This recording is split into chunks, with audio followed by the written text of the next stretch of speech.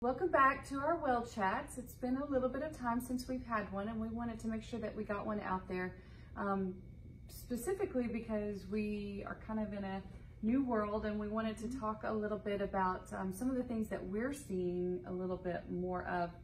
Probably have been around, but I think we're seeing it a little bit more. You know, a lot of medical professions are moving to virtual visits. Our students are in the classroom online. You have become teachers with your kids, and so you're sitting in front of the computer more, or we're teaching from a computer to our students. The world is just in a seated position more and more now, unfortunately. Yeah. Our bodies were meant to be upright and to move and to be head over shoulders over hips. Our extensors are supposed to be holding us upright.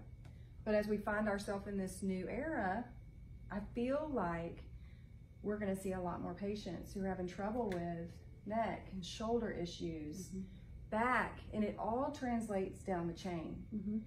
So I think it's really important that we start a conversation about how do we prevent these things from happening. Yes, and so one of the big things that we wanted to talk with you guys about, and I think we've even seen it before, you know, oftentimes when we're weightlifting and trying to get big and bulky, we're looking at the front side of us continuously, but we oftentimes forget about our back muscles. And so that's kind of what holds us up and keeps us in good alignment.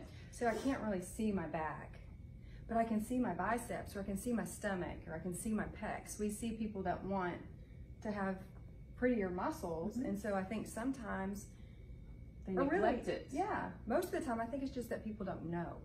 They don't realize how important the muscles that attach the shoulder blade to the body, how important that role is. So one of the things we're going to talk about today is a very particular muscle group, and it's your serratus anterior. So your serratus anterior, I'm going to turn so we can see if we can see it just a little bit. If I were to wing my scapula and pull my shoulder forward, and you can see what's called, looks like more like a winging of the scapula. Here's an actual picture of the back of a person who has a right-sided winging scapula. Okay, and so oftentimes we see people come in with this winging of scapula. They don't even realize that their whole scapula just kind of, or shoulder blades kind of stick out from their body instead of being down like it's supposed to. And there's a reason why this happens. As we are functioning in a world that's on the computer or playing video games, the shoulder complex is going to get tight with certain muscle groups. So we have these muscles that attach the front of our shoulder when we're working. So if Sarah, if you were at the desk, the muscles attach here and here. So as they get shorter, they're going to pull and roll those shoulders forward. And giving you that look. Yeah, and the serratus anterior gets really long and underactive, and it can't do its job. Becomes very weak. Yeah, and so it's trying to hang on to the shoulder to keep it on your body and suction it to your rib cage, but it can't do it. It can't even contract anymore because these muscles up here are pulling you so far forward. There's a fancy word for that. What is it? Reciprocal inhibition. So these are shortened, and it's keeping these muscles from doing their job. And so you can go in to see a therapist, and if they give you these punching activities to do, it's really not going to help them. We're just going to shorten those muscles in the front of the capsule that are holding us too tight, and it's not really going to get at the muscle problem source. So the muscle we're talking about on the front side is called your pectoralis. So we mostly know of our pec major because that's what we're trying to build, that bulk right here in the chest. But our pec minor is actually underneath. If we were to take that pec major and pull it up, so right here you can see part of my pec major. If we were to actually pull it up, there's your pec minor.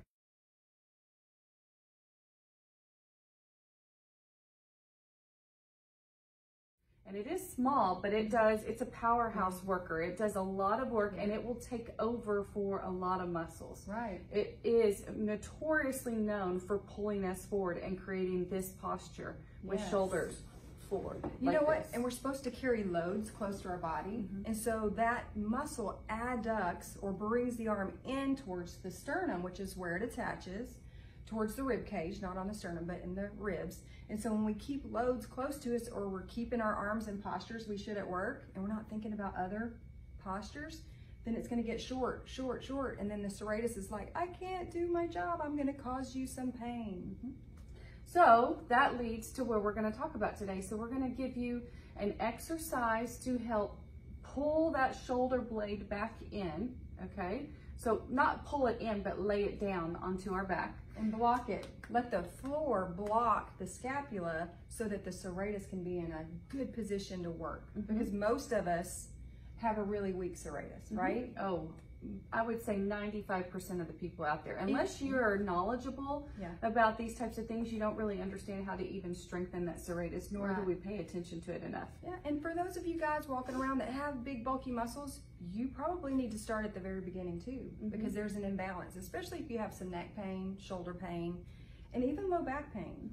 So I think this is a really important topic, and I'm glad we're talking about it. So we're going to show you exercise if these are general exercises, guys, and what we're going to show you is a progressive type of exercise. As a therapist, we see patients and we take them back a scale. Okay, so if these are hard for you, we want you to know that you need to actually go see a therapist so that we can actually regress the exercise to get you to that point. And then we're also going to teach you how to inhibit this pec minor from doing all the work, okay? So we're gonna inhibit the pec minor and we're gonna strengthen the serratus anterior. And I just wanna give you a teaser here because it's not just the pec minor. It could be a couple more muscles. There's a levator scapula muscle and our upper trap muscle. Those muscles together fight this serratus. The serratus is like the glute of the pelvis, the way that it lines up. So, if you have pain when you're doing these exercises, again, we want you to reach out to someone like your therapist that can evaluate you for muscle length and strength issues. All right, so we're going to show you the anatomy and then we're going to get to those exercises. So here we have the pectoralis minor. And the front of the body, it attaches from the ribs to the top of the shoulder. Here's a back view of the serratus anterior. It attaches underneath that shoulder blade. And then I'm going to spin this around so you can see it in the front where the serrated edges, that appearance, attaches to each of the ribs in the front of the body underneath the pec minor, which I have just laid over the serratus right there. And then I'll highlight the pec minor so that it shows up really well for you because this is the muscle that really wants to overtake the line of pull for the serratus anterior. So those are the muscles that we're talking about today. Please remember, if you have an increase in pain with these, do not perform. Contact your PT for additional consultation. Sarah and Lisa are available to consult with you at wellpoint510@gmail.com. Okay, so we want to show you what it's going to look like when you're laying down on your stomach doing this release. You're going to use a ball that's got some give to it because this is going to go on the front of your shoulder girdle. And Sarah right now is going to find a tender spot. If she finds her clavicle, that's this long bone that goes across the top of the shoulder, then she's going to find the most sensitive part going towards her shoulder. There'll be a tender spot in her pec minor. That muscle goes from, I'm going to show them on your chest, Sarah, from right here to right here. So there'll be a spot that's really tender right in here. So you're going to find that spot. And I'm going to have Sarah put that ball on that spot when she's laying down here in a second. So this is where the ball's going. But we're going to also have her put this muscle on stretch. So she's going to have her arm in this position laying down with that ball. And then with this other hand, she's gonna rest her head straight down. So this is the position that she's gonna be in. And she may even be a little bit like this, okay? All right, Sarah, so you're gonna lay down on your stomach. Make sure you can see here. And she's gonna find that tender spot. She's got her left hand underneath her head. And she has got this muscle on stretch. And you're going to go till you find that tender spot. Do you feel it, Sarah? Okay. So Sarah is going to be on the most tender spot right here. And then she's going to hold that for 30 seconds. And she should feel some release. If she doesn't feel a release after 30 seconds, you can hold up to 2 minutes. So this is the pec minor release. Okay, so now we're going to show you an exercise for that serratus anterior. On this one, it's nice that you're laying down because the floor is going to allow you to keep that scapula still. So it's not going to let it tilt, which it wants to do when this pec muscle in front wants to pull too hard. So the table is going to allow that scapula to sit flat, which is what we want. So when you start this, you're going to put your arms, so if she's got her arms at her side, she's going to bring her arms up to, we call this 90 degrees. This is the don't shoot position. Okay, so her hands are resting on the table. Sarah is really going to focus when she moves her arms up towards me on keeping her arms flat. The elbows and the forearm are going to come up onto the table. You can use the floor. As she comes up, she's going to push her arms down into the surface. She's sliding up. This is like a floor angel. She should, if she doesn't have trouble with the serratus or the length in the muscles behind the shoulder blade, she should be able to keep the arms flat. But once her elbows start to pop up and she can no longer push down into the floor, then we don't want to keep extending the arms up past her because it's not doing what we want it to do. So she's going to push her arms into the table back behind her as she moves the shoulder blades up. So we can do this 12 to 20 reps. So it's going to be slow and controlled.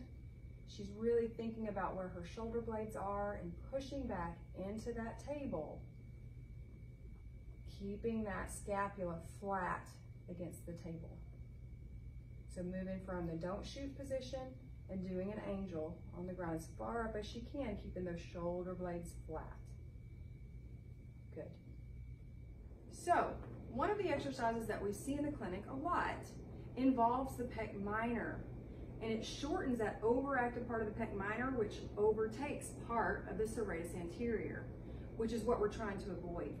This is a push-up with a punch. So we move the shoulder blade away from the table, which activates part of the serratus anterior, but it really overactivates the pec minor, which is what we're wanting to inhibit when we're strengthening a weak serratus anterior. So this is an exercise we would want to avoid in the clinic.